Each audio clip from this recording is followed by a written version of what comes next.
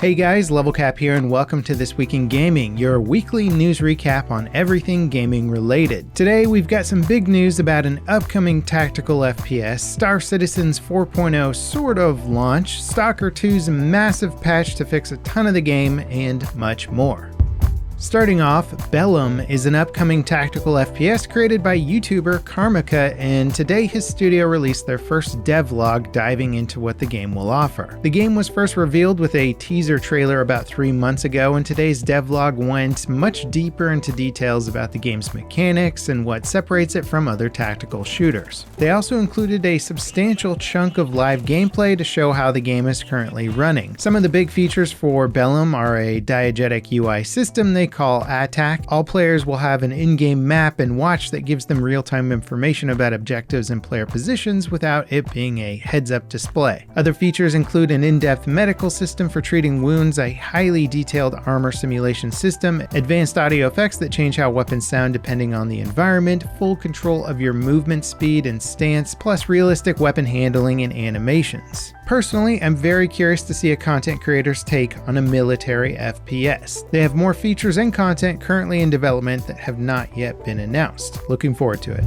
Star Citizen's massive 4.0 update is finally live for everyone to play in sort of a different way than usual. Cloud Imperium Games released the update as a live preview build available for all players that will run concurrently with the previous 3.24 build. This is the first time the devs have supported 2 live versions of the game at once. Progress made in the 4.0 build will transfer to future updates, but progress made in the 3.24 build will not. As for what the update actually offers, well, it's one of the game's biggest updates ever. It introduces the game's second ever solar system Pyro. This is a mostly lawless system run by competing gang factions. So all the locations and space stations lean a bit heavy on the whole Wild West aesthetic. The update also brings static server meshing to the game. This is a huge technical leap as it gives different parts of each solar system their own servers. As you play, the game will seamlessly transition you between these servers. The effect is that the server load is going to be better distributed, giving more server power to critical things like NPC AI and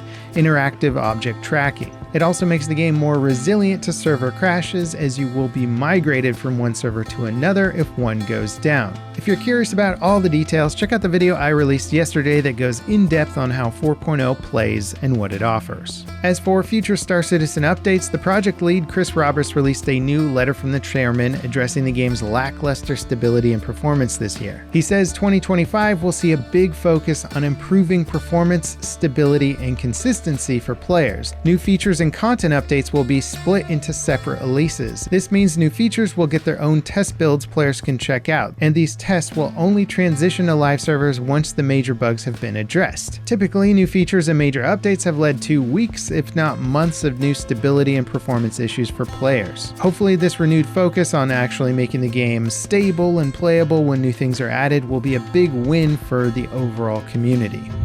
Stalker 2's first major patch is here, and it's actually a major improvement for the game. It makes several key fixes and improvements to the game's A-Life system. This system governs all the NPC behavior in the game and was a staple feature of the past titles. At launch, Stalker 2's implementation was much more restricted due to performance issues, and also it didn't function correctly thanks to some bugs. But this update is a huge first step into re-implementing the system. It prevents NPCs from magically spawning behind you, pushes AI simulation distances further from you, improves their general combat behavior, fixes stealth mechanics, gives AI an offline state that continues to simulate their behavior once they've despawned from the world, and a bunch of other things. In a nutshell, AI NPCs should feel like they're actually exploring the zone alongside you instead of just randomly appearing wherever you happen to be. The full patch notes include over 1,800 fixes and improvements, so if you've been, say, taking a break from your playthrough due to some mission blocking issues or performance problems, chances are things are going to be better next time you boot up.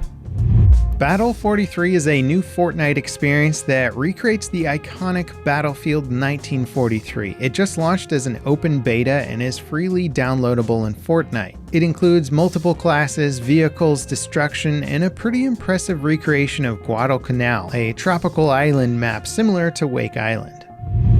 The brutal tactical extraction shooter The Forever Winter's latest update added a new class, a new location to explore, a new quest giver, and a new gadget. Gunhead is the new cybernetic playable character with, you guessed it, a gun for a head. You can actually change which gun he's equipped with via the skill tree. It functions like an auto turret, locking onto targets and firing when you tell it to. The new location is called Frozen Swamp, and it's a desolate, foggy map with massive trees, complex bases, and new missions to take on. The new gadget is a drill device that lets you break into locked doors and containers. The update also includes further balance tweaks to the game's water bandit system, letting you better defend your home base with upgraded turrets and tweaks to the actual balance of the game's overall water system.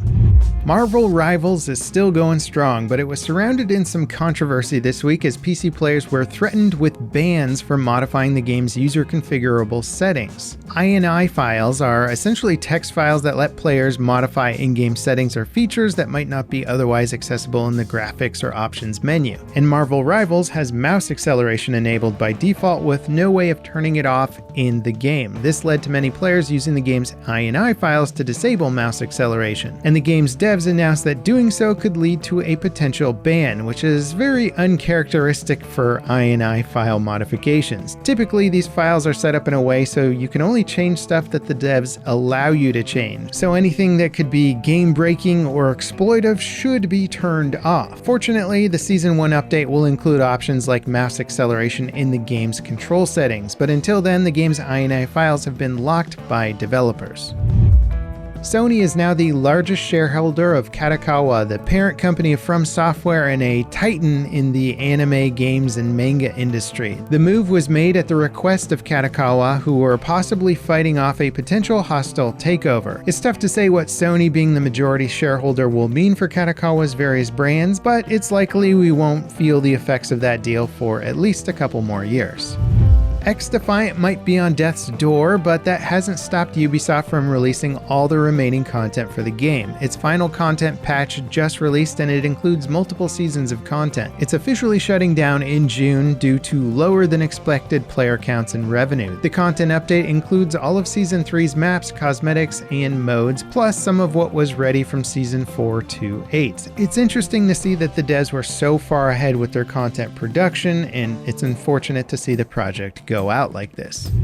A playable build of the original Battlefront 3 game has been discovered. This title was in development in the year 2000 at Free Radical Design, who were hired by LucasArts to create a third game in their successful Battlefront tactical shooter series. Unfortunately, Free Radical was facing bankruptcy as they neared the finish line with this entry in the franchise. The project was cancelled and the studio was sold off to Crytek, leaving the franchise on ice. But die-hard Battlefront fans recently found a Wii build of the game from its final stages of development. This build is far from complete, but it's the most finished version of the game anyone has ever discovered. You can actually download it and play it on PC right now via the Free Radical Archives website. It's tough to say how compromised this build of the game is compared to the proper PC version, but it's clearly a big technical leap in many ways from Battlefront 2, the original Battlefront 2.